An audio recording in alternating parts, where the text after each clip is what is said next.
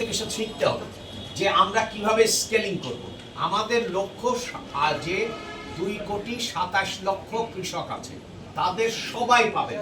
কিন্তু আপনারা শুধু টাকার অঙ্কে দেখছেন, তা না। কিন্তু কৃষক কিন্তু শুধু আপনার কাছে টাকা চায় না, কৃষক চায় তথ্য, যেটা মাননীয় কৃষিমন্ত্রী কিছুক্ষণ আগে বলেন। সেই তথ্য কি? আপনারা জানেন কৃষিতে কি অবস্থা। কৃষিতে জমিগুলো ভেঙে যাচ্ছে, তারপরে হচ্ছে উৎপাদনশীলতা কমে গেছে, তারপরে হচ্ছে সারের অতিরিক্ত ব্যবহারের ফলে জমির এর শক্তি হ্রাস পাচ্ছে। এই রকম পরিস্থিতিতে একটা কম্প্রিহেন্সিভ প্যাকেজ দরকার।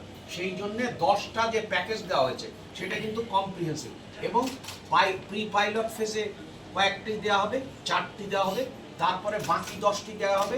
এরপরে আমরা যেটা বুঝবো, বোঝার পরে এবং আগামী বাজেটে এই সংক্রান্ত যে পরিমাণ আমরা দেখতে পাবো যে আগামী বাজেটে করা যায়, সেই পরিমাণ বরাদ্দ থাকবে, এবং বরাদ্দটা আপনি বাজেটের সময় জেনে যাবেন। বাংলাদেশের কোন সরকার কৃষি ঋণ মওকুফ করেছে? দ্বিতীয়, এবং মন্ত্রী পরিষদের প্রথম বৈঠক। দ্বিতীয় হচ্ছে যে ফ্যাসিবাদী সরকার, যেহেতু তার কোনো গণতান্ত্রিক দায়বদ্ধতা ছিল না, যার ফলে বারবার ডিজেলের দাম বাড়িয়েছে। ইউক্রেন যুদ্ধের সময় আপনার কোনো গ্যাসের দাম কমেছিল, তারপরে আপনারা যদি খেয়াল করেন বিদ্যুতের দাম বেড়েছে, ডিজেলের দাম বেড়েছে।